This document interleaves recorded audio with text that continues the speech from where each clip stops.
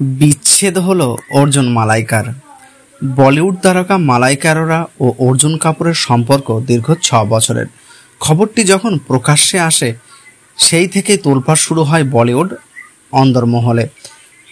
বয়সে অসম এই জুটির প্রেম নিয়ে জলঘোলা কম হয়নি। এক পর্যায়ে তাদের সম্পর্কে বিচ্ছেদের গুঞ্জনও ওঠে। এবার শোনা যাচ্ছে বিচ্ছেদ নিয়ে ইতিমধ্যেই বোঝাপড়া শেষ হয়েছে এই দুই তারকা। গুঞ্জন নয়, সত্যি আলাদা হয়ে যাচ্ছেন অর্জুন মালাইকা।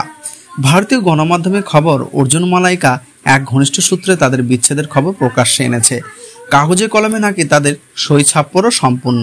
তবে এমন সিদ্ধান্ত নিয়ে কেউ কারো পক্ষে এখনো মুখ খোলেননি, কারণ একে অপরের প্রতি শ্রদ্ধা আর সম্মান আজও অটুট রেখেছেন অর্জুন মালাইকা। এদিকে বিচ্ছেদের গুঞ্জন চলতেই তাদের সম্পর্কের মাঝে তৃতীয় ব্যক্তির প্রকাশ্যে কথা উঠেছিল।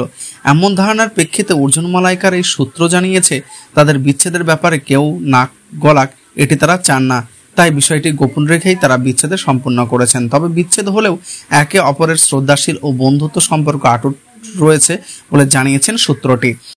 উল্লেখ্য, বলিউড অভিনেত্রী মালাইকা এটি প্রথম বিচ্ছেদ নয়। এর আগে 2017 সালে 18 বছরের সংসারের ইটি টেনে বিচ্ছেদ ঘটে আরবাজ খান ও মালাইকার।